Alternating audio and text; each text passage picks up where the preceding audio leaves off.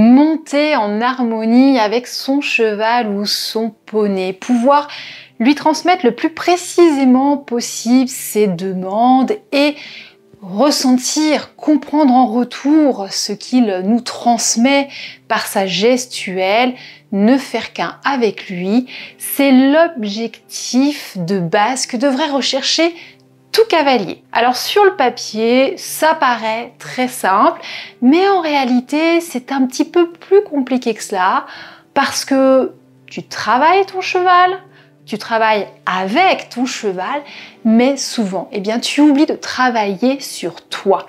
Et du coup, c'est ce que je vais te proposer dans cette séance, un travail de conscience corporelle qui va énormément t'aider dans ta pratique de l'équitation, mais qui va aussi te faire le plus grand bien dans ta vie de tous les jours.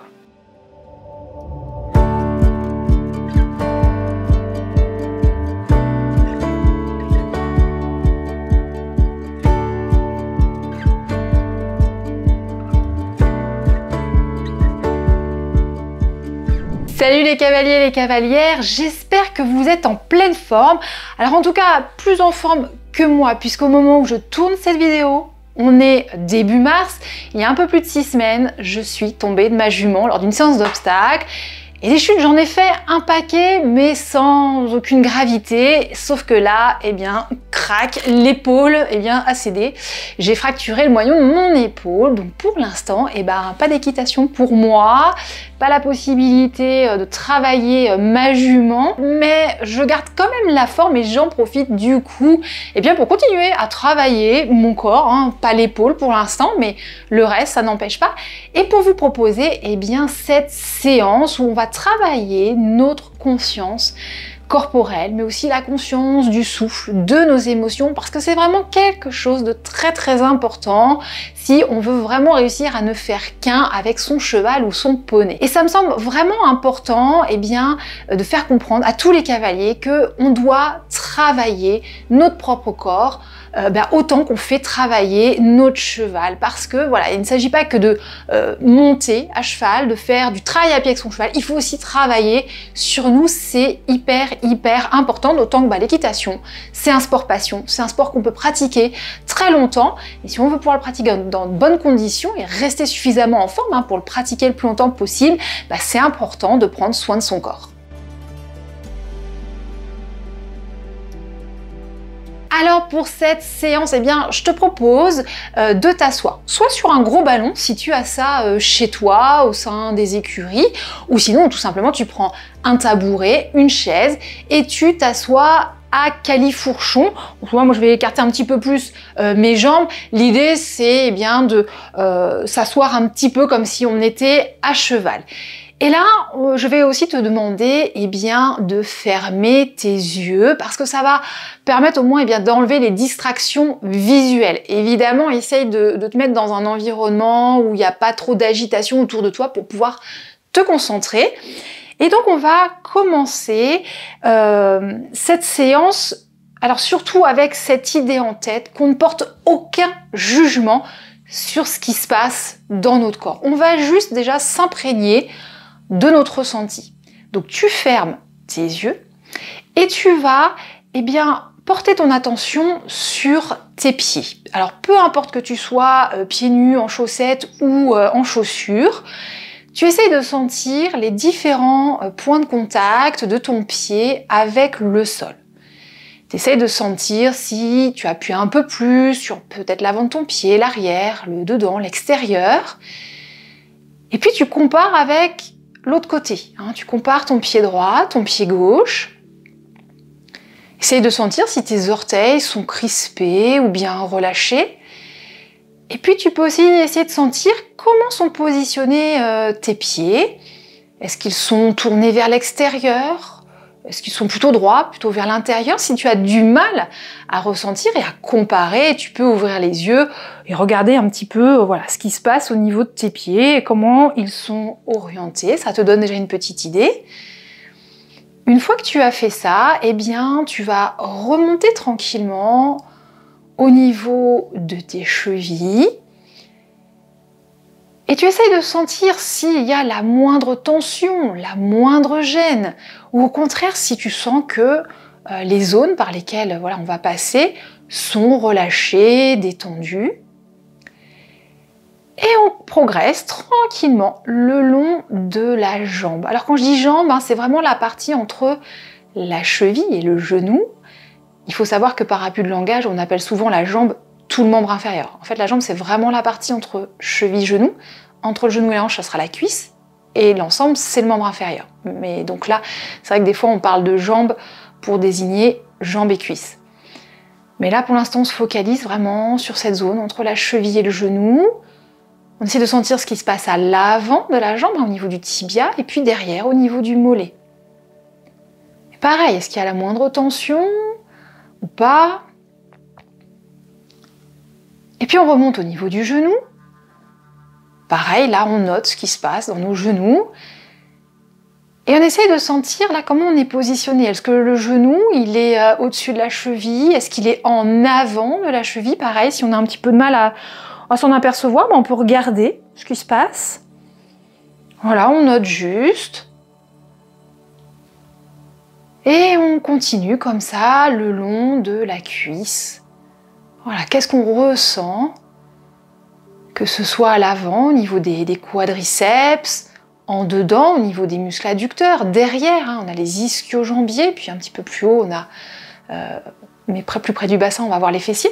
Latéralement, hein, on a aussi tout ce qu'on appelle le deltoïde fessier, avec la tenseur du fascia latal, le grand fessier. Voilà, est-ce qu'il y a des zones qui tirent un peu plus que d'autres? Pas. Et puis on progresse vers les hanches, puis vers le bassin. Est-ce que les deux fesses sont posées sur le ballon ou la chaise de la même façon? Ou est-ce qu'on a tendance à avoir un peu plus de poids du corps d'un côté ou de l'autre? Est-ce que le bassin est orienté vers l'avant, c'est-à-dire en antéversion, et donc est-ce qu'il y a une sensation un peu de cambrure dans le bas du dos?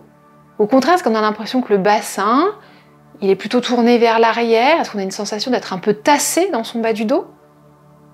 Au contraire, une position neutre, détendue, sans tension dans le bas du dos, et vous notez simplement. Et on continue de progresser le long de la colonne vertébrale. Voilà, notez tout ce qui se passe. Est-ce que vous avez la sensation d'être droit, d'être un peu penché, d'être un peu tourné? Est-ce que vous avez l'impression de vous sentir grand ou tassé?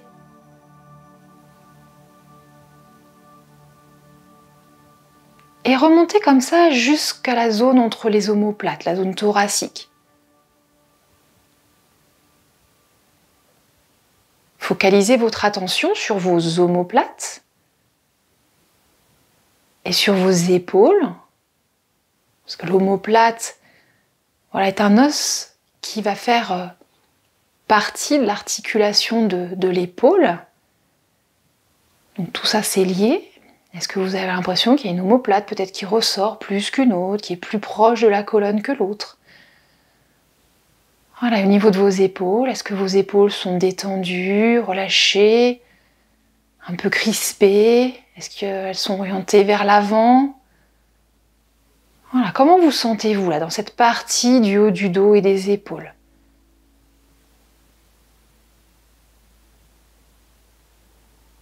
Voilà, et de la même manière, là au niveau de la partie antérieure de la zone thoracique, est-ce que vous vous sentez un petit peu tassé vers l'avant ou bien grandi, les épaules ouvertes? Et vous pouvez maintenant descendre le long de vos bras.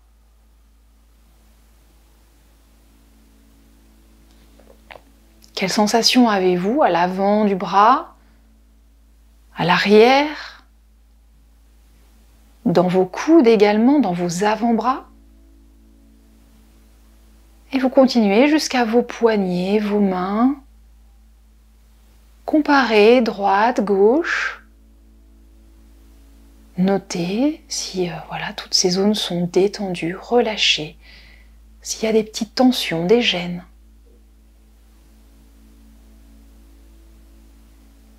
Et on revient ensuite vers la zone cervicale, au niveau de la nuque. Cette zone qui porte votre tête.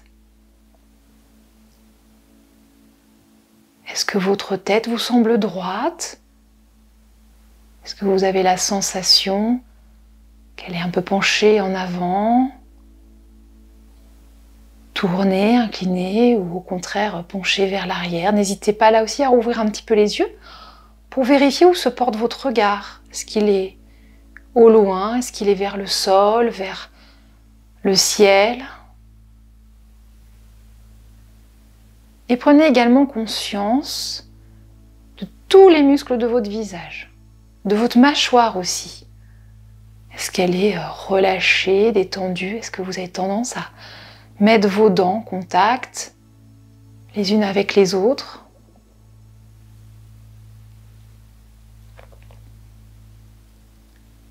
Une fois que vous avez fait tout ce petit travail, des pieds jusqu'à la tête, vous allez maintenant porter votre attention sur votre souffle.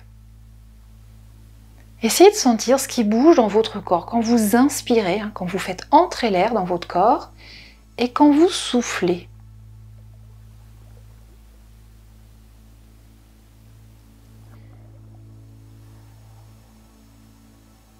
Est-ce que vous inspirez par le nez, soufflez par la bouche?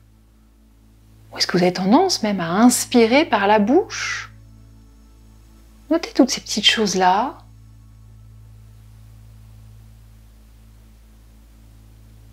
Et sentez ce qui bouge au niveau de votre thorax, de votre ventre.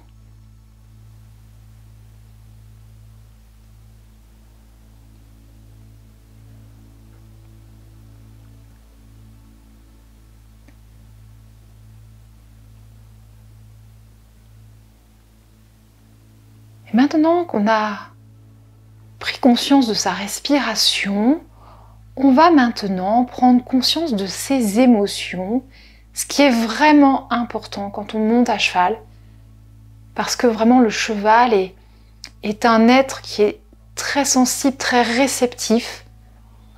Nos émotions ont un impact sur notre posture et donc vont influencer aussi les capacités du cheval, sa mobilité, ses réactions. On va essayer de sentir ce qui se passe là au moment où on fait l'exercice. Voilà, vous avez le droit de ressentir de l'ennui, de l'agacement. Est-ce que pour vous, ce travail de conscience corporelle, d'ailleurs, est un peu compliqué? C'est tout à fait possible. Vous notez juste, ne portez aucun jugement. Voilà, est-ce que vous vous sentez apaisé, détendu, joyeux? Est-ce qu'il y a de la colère? Voilà, tout ce qui peut vous passer par l'esprit. Et vous rouvrez tranquillement les yeux. Alors c'est un petit exercice, vous voyez, qui est très simple, qu'on peut faire assez rapidement, qui est peut-être une évidence pour certains d'entre vous, peut-être beaucoup moins pour d'autres. Et c'est vrai que quand on n'a pas l'habitude de se connecter à son corps, ça peut être compliqué. Mais c'est vraiment un travail essentiel et qui va vous faire un bien fou. Donc ça, c'était la première étape. C'est vraiment, voilà, on vient juste à l'écoute de ses sensations. On ne cherche pas à réajuster quoi que ce soit. Voilà, on prend juste note de ce qui est à l'instant présent. On va reprendre cet exercice. Aujourd'hui, on ne va pas se concentrer là sur la respiration, sur la gestion des émotions. On va travailler uniquement vraiment sur le côté postural. Cet exercice, vous pourrez par la suite le transposer à cheval. On le fera d'ailleurs ensemble, je vous proposerai une vidéo là-dessus. Évidemment, quand je pourrai remonter, ça risque de pas être tout de suite, parce qu'il va falloir du temps pour récupérer la mobilité de mon épaule et puis que ma fracture évidemment soit bien consolidée. Mais voilà, vous pourrez aussi le faire à cheval, bien entendu. Donc là, on va reprendre le petit exercice. Vous pouvez à nouveau fermer les yeux ou garder les yeux ouverts. On va se reconcentrer sur nos pieds. À nouveau, on va essayer de sentir les différents points d'appui et on va essayer de chercher le plus d'équilibre possible. Quand je parle d'équilibre, c'est vraiment du coup un juste milieu entre les différentes zones d'appui du pied au sol. C'est-à-dire pas trop de poids sur l'avant du pied, pas trop de poids sur non plus les talons. On va essayer de répartir au maximum sur l'ensemble du pied. Si on a tendance à avoir les orteils un peu crispés, on va essayer de les détendre au maximum. Pour ça, on peut lever d'ailleurs un peu l'avant du pied et venir étaler ses orteils sur le sol. C'est quelque chose qu'on peut faire même à l'intérieur de ses chaussures. Hein. Et on essaye de répartir le poids du corps entre le pied droit et le pied gauche. Voilà, on essaie d'avoir du 50-50. Alors on n'est jamais totalement à 50-50, mais on va essayer de s'en rapprocher. Une fois qu'on a fait ça, voilà, on remonte aussi tranquillement au niveau des chevilles, au niveau des jambes, et on va essayer, si on sent qu'il y a des tensions, bien de relâcher un petit peu les muscles, par exemple du mollet. Voilà, on essaye de bouger un petit peu ses jambes pour réajuster. On remonte progressivement vers les genoux. Et puis pareil, si on a l'impression qu'on a les genoux qui rentrent fortement à l'intérieur, on va essayer d'ouvrir un petit peu plus. Si au contraire ça part trop en dedans, on essaye de rapprocher. Voilà, et puis on essaye d'avoir une ouverture là au niveau de la hanche qui va être similaire entre le côté droit et le côté gauche. Si on a l'impression qu'on est un peu crispé dans ses cuisses, pensez à relâcher les fessiers. Voilà, et puis aussi à bien mettre du poids sur la fesse droite, sur la fesse gauche.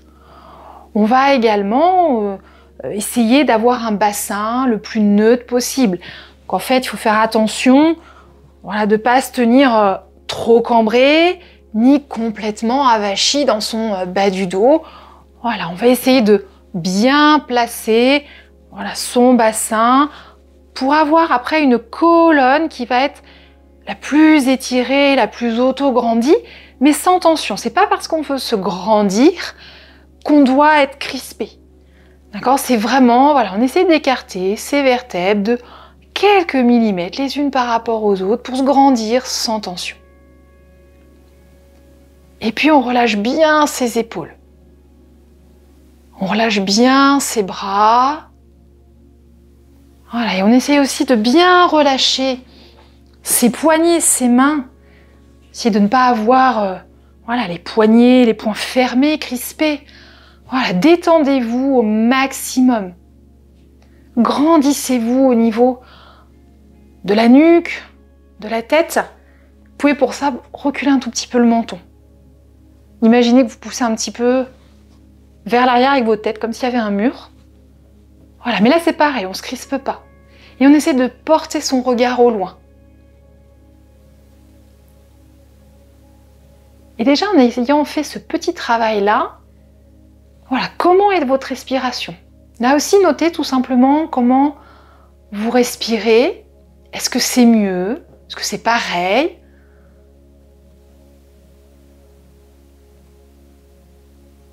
Et comment vous sentez-vous en ayant, voilà, réajusté un petit peu votre posture? Alors, est-ce que vous aviez déjà fait ce type d'exercice? C'est peut-être quelque chose qu'on vous a déjà proposé à cheval, mais pas forcément. Moi, je vous conseille vraiment de faire ce petit travail de conscience corporelle régulièrement.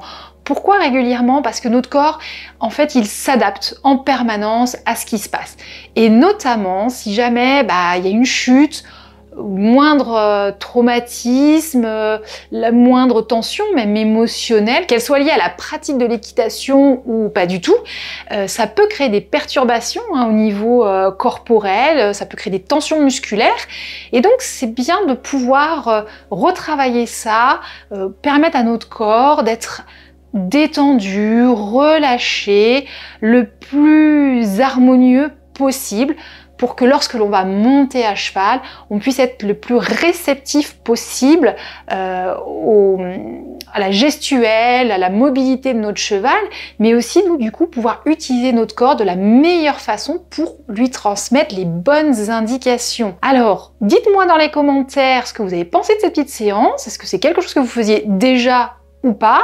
Je vous invite à mettre ça en pratique à cheval, à la fois sans étrier et puis aussi avec les pieds dans les étriers. Voilà, si vous savez pas trop comment faire, vous inquiétez pas, on le fera dès que je pourrai me remettre à cheval pour que je puisse vous guider un petit peu. Et puis on se retrouve très bientôt pour tout un tas d'autres séances, yoga, renfort, préparation physique du cavalier. Je vous souhaite une bonne journée et je vous dis à bientôt.